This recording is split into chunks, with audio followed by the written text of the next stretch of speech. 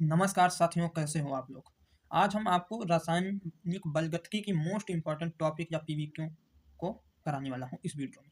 तो आप लोग कैसे हैं, कमेंट बॉक्स में ज़रूर बताओ दोस्तों। और हम आपको बता दूं, ये आपके क्लास 12 के केमिस्ट्री का पार्ट है। इतना तो आप लोग को पता ही होगा। तो बिना कोई देरी के हम वीडियो को स्टार्ट करते हैं। तो पहली हेडिंग, पहला ये मोस्ट इंपॉर्टेंट टॉपिक अभिक्रिया का वेग होता है। अभिक्रिया का वेग जो लिखना आ जाए तो आपको लिखना होता है दर जिस पर वह दर जिस पर समय के साथ समय के साथ साथ साथ साथ अभिकारक जो अभिकारक पदार्थ होता है, पदार्थों का सांद्रण सांद्रण परिवर्तित होता है। अभिक्रिया का अभिक्रिया का औसत वेग या वेग कहलाता है। औसत वेग या वेग कहलाता है। या तो आप औसत वेग भी लिखेंगे तो सही है अभिक्रिया का वेग में, या आप अभिक्रिया का वेग लिख देते हैं तो भी आपका सही है, कहलाता है। तो ये अभिक्रिया का वेग है। यदि इसमें एक लाइन और लिख देंगे तो ये और भी अच्छी तरह से लगेगी। यदि सूक्ष्म अंतराल थोड़े समय में सूक्ष्म अंतराल यानी थोड़े समय में dt में अभिकारक थोड़ा परिवर्तन होता है, अभिकारक के dx मोल उत्पाद में परिवर्तित होता है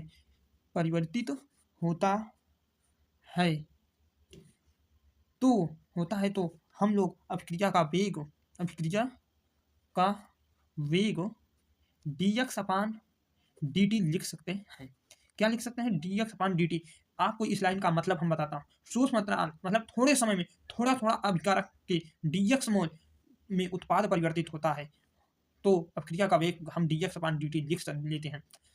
dt कैसे लगा? क्योंकि समाकलन कहाँ लग जाता है, और थोड़ी सी जगह के लिए हम समाकलन का प्रयोग करते हैं, थोड़े से समय के लिए हम dt का प्रयोग करेंगे, थोड़े से मोल के लिए हम dx का प्रयोग करेंगे। तो इस तरह यहाँ पर आपके dx और dt आ जाते हैं।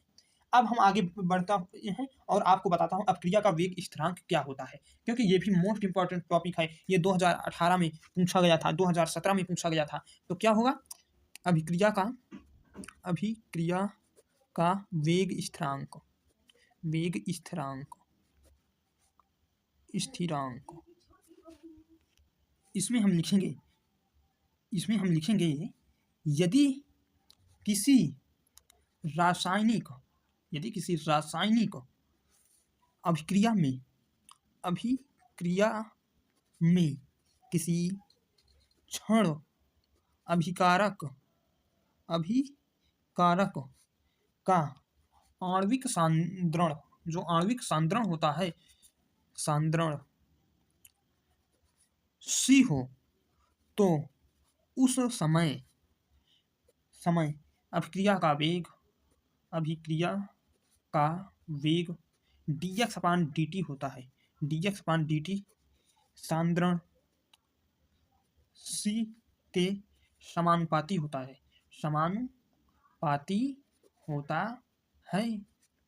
क्या होता है? समानुपाती होता है। अगर हम अर्थात इसकी बात करें तो ये हमारा आ जाता है एक प्यारी सी लाइन में, dx अपान dt प्रोफेशनल C। अगर हम प्रोफेशनल का चिन्ह हटाएंगे तो हमें dx अपान dt बराबर k अपान C। अब हम C का यहाँ से चिन्ह हटाएंगे तब हमें वेग स्थिरांक हम इसमें लिखेंगे। जो हमारा k है, k एक स्थिरांक है जिसे वेग स्थिरांक कहते हैं, क्या कहते हैं? वेग स्थिरांक कहते हैं। तो C बराबर हम यहाँ पर एक ले लेंगे तो हमें dx अपान dt बराबर मिल जाएगा k, क्योंकि गुणे एक हो जाएगा। तो यहाँ हमें मिल जाता है dx अपान dt बराबर सीधा k। तो यहाँ हम एक लाइन में लिखेंगे इसका अनुसार, स्थिर ताप पर अभिकारक पदार्थ के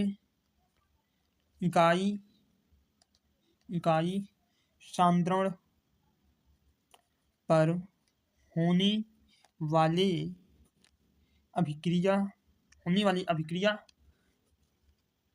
के वेग को उस अभिक्रिया अभिक्रिया का वेग स्थिरांक कहते हैं। क्या कहा जाता है? वेग स्थिरांक, स्थिरांक कहते हैं। तो आप लोग को आशा करता हूँ वेग स्थिरांक बहुत अच्छी तरह से आया होगा। एक बार हम फिर से आपको वेग स्थिरांक बताता हूँ। यदि किसी रासायनिक अभिक्रिया में किसी क्षण अभिकारक का आणविक सांद्रण C हो तो समय अभिक्रिया का वेग dx/dt सांद्रण C के समानुपाती होता है। अर्थात dx/dt जो हमारा है वेग स्थिरांक, अभिक्रिया का वेग है, वो समानुपाती प्रोफेशनल C के होता है। और हम जब प्रोफेशनल का सही हटाता हूँ तो हमें K C मिल जाता है dx/dt बराबर। तो ये एक स्थिरांक है जिसे वेग स्थिरांक कहते हैं। अब हम यहाँ से ये C को हटाएंगे तो C बराबर हम 1 ले लेते हैं। माना यहाँ माना हम C बराबर 1 ले लेते हैं तो हमें dx/dt बराबर k गुणे 1 मिल जाता है। तो यहाँ पर dx/dt बराबर k हो जाता है। स्थिर ताप पर फिर हम एक लाइन में परिभाषा लिखता हूँ। स्थिर ताप पर अभिकारक पदार्थ के इकाई सांद्रण पर होने वाली अभिक्रिया के वेग को उस अभिक्रिया का वेग स्थिरांक कहते हैं। तो ये वेग स्थिरांक हो गया। अब हम आगे चलता हूँ, आपको बता दूं तापीय गुणांक क्या है। ये भी मोस्ट इंपॉर्टेंट है, 2017, 18, 24 में पूछा गया था। तो क्या पता अब की बार भी पूछ ले 1 नंबर 2, हाँ 1 2 या नंबर में तापीय गुणांक, क्योंकि ये ज्यादा बड़ी टॉपिक नहीं है पर 1 नंबर ही आपके 90% ये दिला सकता है। तापीय गुणांक, तापीय गुणांक यहाँ पर लिखता हूँ। तापीय गुणांक के 10 डिग्री सेल्सियस अंतर के दो भिन्न भिन्न तापों, दो भिन्न भिन्न तापों पर वेग स्थिरांक, वेग स्थिरांक, वेग स्थिरांकों के अनुपात, अनुपात जो होता है वो बराबर होता है, बराबर होता है। वेग स्थिरांक के अनुपात की बराबर होता है। तो इसका मतलब वेग स्थिरांक का तापीय गुणांक हम निकालें अगर, वेग स्थिरांक, स्थिरांक का तापीय गुणांक, तापीय गुणांक इक्वल में आएगा T + 10 डिग्री सेल्सियस। क्योंकि यहाँ पर देखिए 10 तापीय गुणांक 10 डिग्री सेल्सियस अंतर के दो भिन्न भिन्न तापों पर वेग स्थिरांकों के अनुपात के सम बराबर होता है। तो इसलिए T + 10 के डिग्री सेल्सियस, इन दोनों के डिग्री सेल्सियस हो गया। फिर उसके बाद होता जाता है T डिग्री सेल्सियस पर वेग स्थिरांक का मान हो जाएगा। यहाँ पर भी हमारा ऊपर भी हो जाता है वेग स्थिरांक का मान, वेग स्थिरांक का मान। तो ये हमारा तापीय गुणांक हो जाता है। अब हम बिना कोई देरी किए एक ऐसी टॉपिक पर चलता हूँ जो आपके पेपर में बिल्कुल बिल्कुल पूछा जाता है और पूछा गया है कई बार। 2016, 19, 20, 21, 22 यहाँ तक कि 24 में भी आया था। वो क्या है? शून्य कोटि की अपक्रिया, शून्य कोटि की अभिक्रिया, अभिक्रिया। अगर आपको नोट्स चाहिए हैंड राइटिंग की तो आप जरूर करिए, अगर आपको पीडीएफ चाहिए तो उसको भी बताइए। दोनों चीज़ उपलब्ध है। और आप लोग हमारे व्हाट्सअप चैनल को, इस चैनल को और ऑटो प्ले चैनल को जरूर सब्सक्राइब और फॉलो करिए। तो ये सब छोड़िए, पहले आप टॉपिक पर ध्यान दीजिए। अभिक्रिया कोट की, शून्य कोट की अभिक्रिया वह अभिक्रिया जिसकी प्रगति में अभिकारक के किसी भी अणु का सांद्रण, क्या सांद्रण परिवर्तित नहीं होता है, नहीं होता है। अर्थात जिसका वेग अभिकारक, जिसका वेग अभिकारक, अभिकारक वेग अभिकारक के सांद्रण, सांद्रण पर निर्भर नहीं करता, जिसका वेग अभिकारक के सांद्रण पर कोई निर्भर नहीं होता, नहीं करता है, करता है, उसे शून्य कोटि की अभिक्रिया कहा जाता है। शून्य कोटि की अभिक्रिया, अभिक्रिया कहा जाता है। क्या कहते हैं? शून्य कोटि की अभिक्रिया कहलाती है या कही जाती है। शून्य कोटि की अभिक्रिया क्या है? वह अभिक्रिया जिसकी प्रगति में अभिकारक के किसी भी अणु का, जो वो अभिक्रिया जिसकी प्रगति हो, मतलब जो अभिक्रिया हो रही है उसके अभिकारक के किसी भी अणु का सांद्रण परिवर्तित नहीं होता है। उसके जो अभिकारक हैं, जो अभिक्रिया कर रहे हैं, उनके सांद्रण में, उनके अणु में कोई परिवर्तन नहीं हो रहा है। अर्थात जिसका वेग अभिकारक के सांद्रण पर निर्भर नहीं करता। अर्थात मतलब कि जिसका ये वेग अभिकारक के सांद्रण पर, जो वेग है अपक्रिया का वेग है वो अभिकारक के सांद्रण पर निर्भर नहीं करता है, उसे शून्य कोटि की अपक्रिया कहा जाता है। आप लोग को समझ में आया होगा। और इसको और अच्छी तरह से हम देख लेते हैं। तो एक अपक्रिया ले लेते हैं हम, ए जो टूट रही है बी प्लस सी, ये ए जो है अभिकारक है, इसकी जब जो प्रगति है, जो अपक्रिया हो रही है उसकी प्रगति में ये बी प्लस सी जो उत्पाद बन रहे हैं, अपक्रिया की कोई ना कोई वेग होगा जरूर। तो वेग उसके अभिकारक के सांद्रण पर निर्भर नहीं करता, अभिकारक के सांद्रण पर निर्भर नहीं करता वेग, इसलिए ये शून्य कोटि की अपक्रिया कहलाती है। यदि इसका वेग समानुपाती या प्रोफेशनल A0 हो तो शून्य कोटि की अपक्रिया होगी। मतलब यदि इसका अभिक्रिया नहीं वेग प्रोफेशनल A ऊपर 0 यहाँ पर 1 हो जाए तो प्रथम कोटि की अपक्रिया हो जाती है, इसीलिए 0 हो तो यह शून्य कोटि की अभिक्रिया होगी। क्या होगी? शून्य कोटि की अपक्रिया होगी। उदाहरण में हम एक ले लेता हूं, सूर्य के प्रकाश की उपस्थिति में H2 व Cl2 का संयोग, ये भी ये शून्य कोटि की ही अपक्रिया है।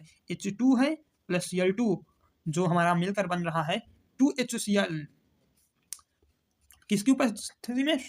सूर्य का प्रकाश की उपस्थिति में HCl बनता है। शून्य कोटि के ये वेग स्थिरांक का व्यंजक क्या होता है, इसे भी आप लोग जरूर जानिए। इसीलिए यहाँ पर हमें शून्य कोटि के वेग स्थिरांक का व्यंजक, अब यहाँ व्यंजक शून्य कोटि के वेग स्थिरांक का व्यंजक, तो चलो व्यंजक पर जाइए। शून्य कोटि की अभिक्रिया के वेग स्थिरांक का व्यंजक x बराबर के टी है।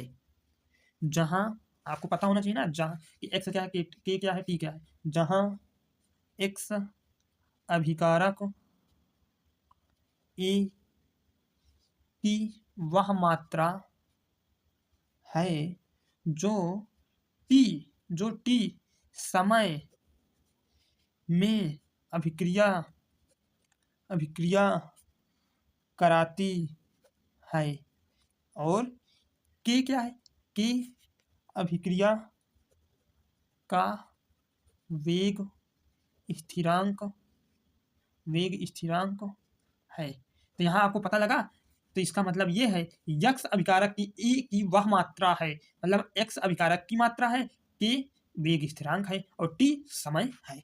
तो शून्य कोटि का अर्धायु काल क्या होता है, प्रथम कोटि क्या है, ये सब हम अगली वीडियो में आपको बताऊंगा। अगर वीडियो पसंद आए दोस्तों तो चैनल को सब्सक्राइब, वीडियो को लाइक जरूर करो दोस्तों, और कमेंट में बताना वीडियो कैसी लगी और आप लोग कैसे हैं पेपर को लेकर, आप लोग कितना परेशान हैं आप कमेंट में जरूर बताइए, और कितने % लाना चाहते हैं ये भी बताइए। तो मिलता हूँ नेक्स्ट वीडियो में, तब तक के लिए धन्यवाद दोस्तों।